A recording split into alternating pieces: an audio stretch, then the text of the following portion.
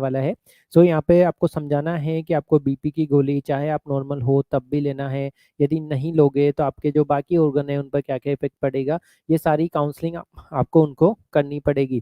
सो एक तरह से साइलेंट किलर है यहाँ पे। हाइपरटेंशन ब्रेन को लेकर, हार्ट को लेकर, किडनी को लेकर, आंखों को लेकर, सब जगह इनका नुकसान होता है। और इंडिया में बात करें 4 में से 1 अडल्ट को यहाँ पे हाइपरटेंशन है और काफ़ी सीरियस कॉम्प्लिकेशन हो सकते हैं। पेशेंट को समझा सकते हो, यदि आप बीपी की गोली नहीं खाओगे तो हो सकता है आपको लकवा पड़ जाए, हार्ट अटैक आ जाए, किडनी फेल हो जाए, अचानक से डेथ भी हो सकती है।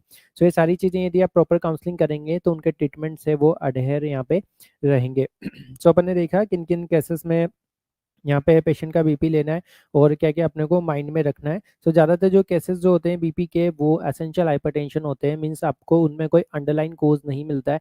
बट आपको ध्यान में रखना है यदि कम एज में अचानक से ज़्यादा बीपी बढ़ रहा है या किसी पेशेंट के पुराने बीपी की गोली चल रही है, अचानक से उसका बीपी काफ़ी फ्लक्चुएट करने लग गया है, या फिर पेशेंट आपके पास फॉलोअप में आ रहा है और तो भी आपको वहाँ दिखना है कि कोई नई कोमॉर्बिडिटी डायग्नोस तो नहीं हुई है।